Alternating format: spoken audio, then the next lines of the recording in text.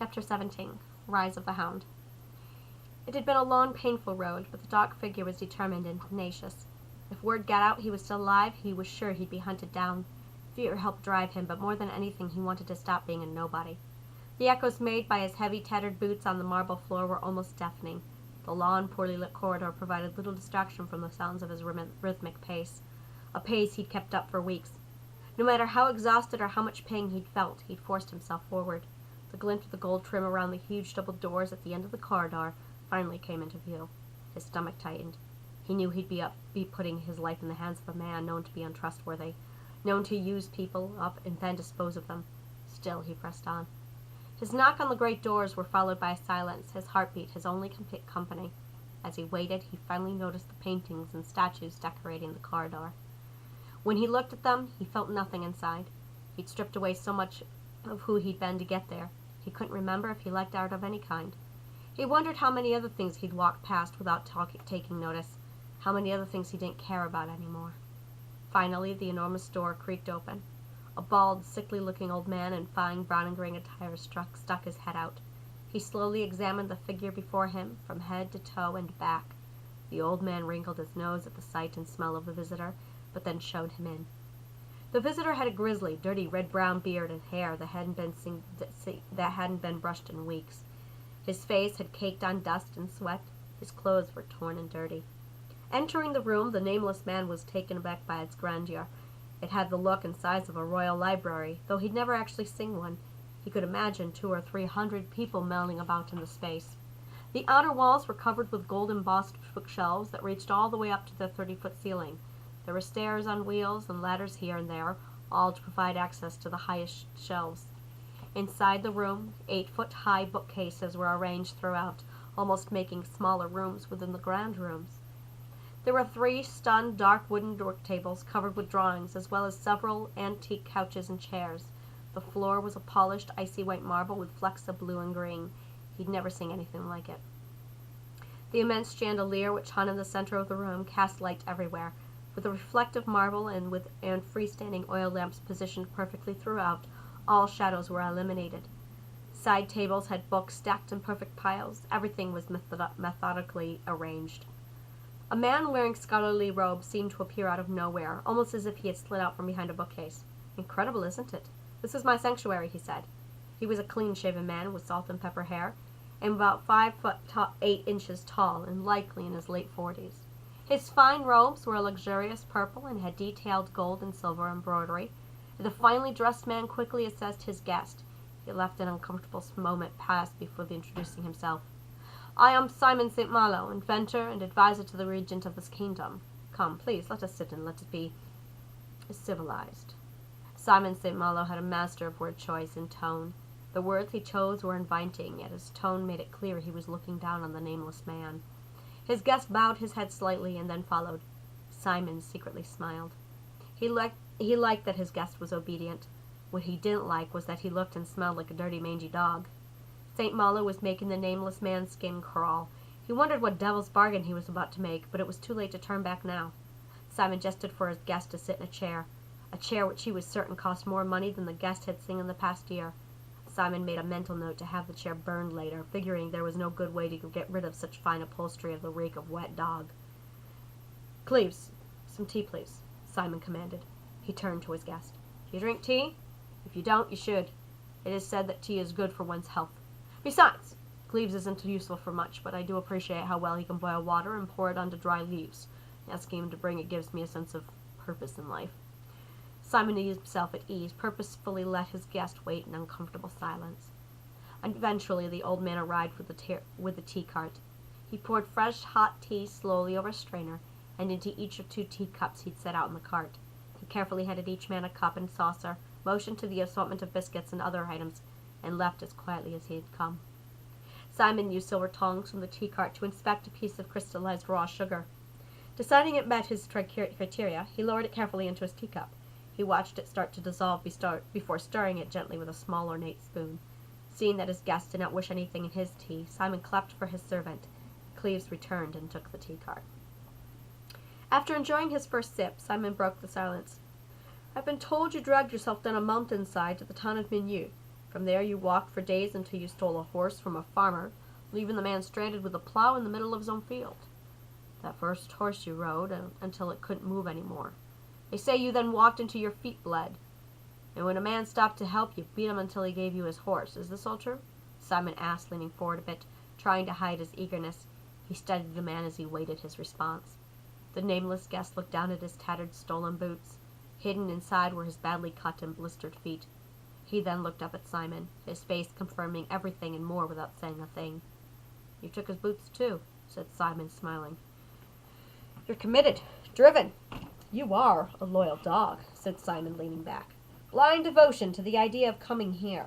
I like that. Simon looked around for a moment and thought. He had a look of surprise as an idea hit him. Cleves, he called out. Make a note regarding the new pistol design. I should make the handle wider by 1/2 inch. I'll remember why. Have you noted it? Yes, sir. I'm noting it, replied the old man from somewhere in the room. Simon's mind was always working on several things at once, and Cleves was often the man to catch the thought Simon tossed out for his later reference. Well, he's done 2 things right in one day. I should make a note of that, said Simon snidely to his guest. When genius strikes, it's our responsibility to capture it, no? The man, his tea untouched, looked at Simon with dead eyes and nodded. With a man like St. Malo, not responding might be unsafe, even when the question seemed rhetorical. After taking a couple more sips of tea, Simon placed his teacup and saucer down. I can understand coming all this way if you were Andre Leloup himself, as it literally is head on the line.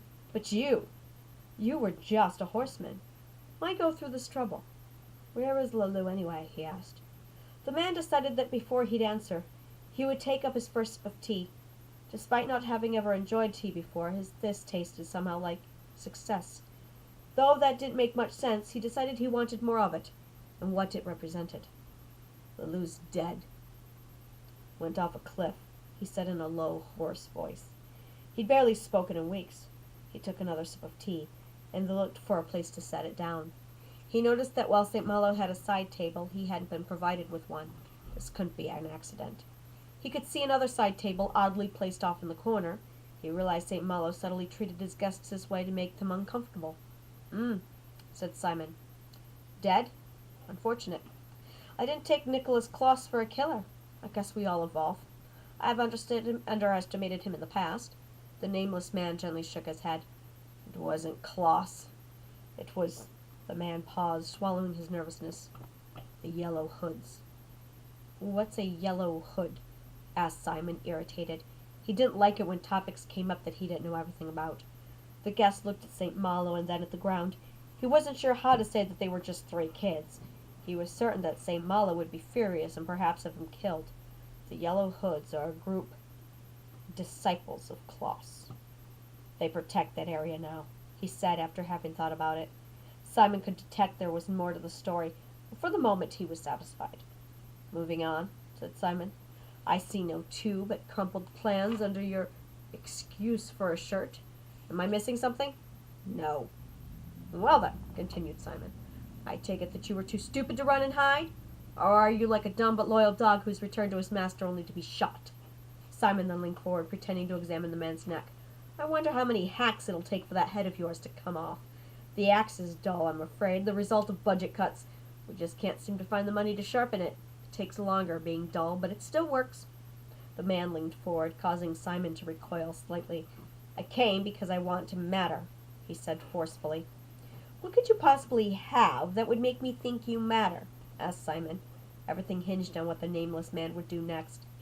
I brought you something, said his guest finally, looking back at the ground. Simon didn't believe him. Really? What could you have brought that could possibly change my mind? He hated having his time wasted. It was bad enough when people he needed did so, but this disgusting peasant... Dog! What do you have? He asked angrily. The wounded words bounced off the man. He knew St. Malo's reputation, and that he had reached the end of his patience.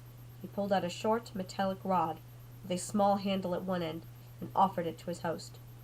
What's that? Said Simon, gesturing it to it with disgust. He refused to take it. The man started to crank the handle. I don't know, but it was powerful enough then, when thrown at me by a yellowhead, to shock me right off my horse. I couldn't get up for 10 minutes. My body still hurts when I think about it.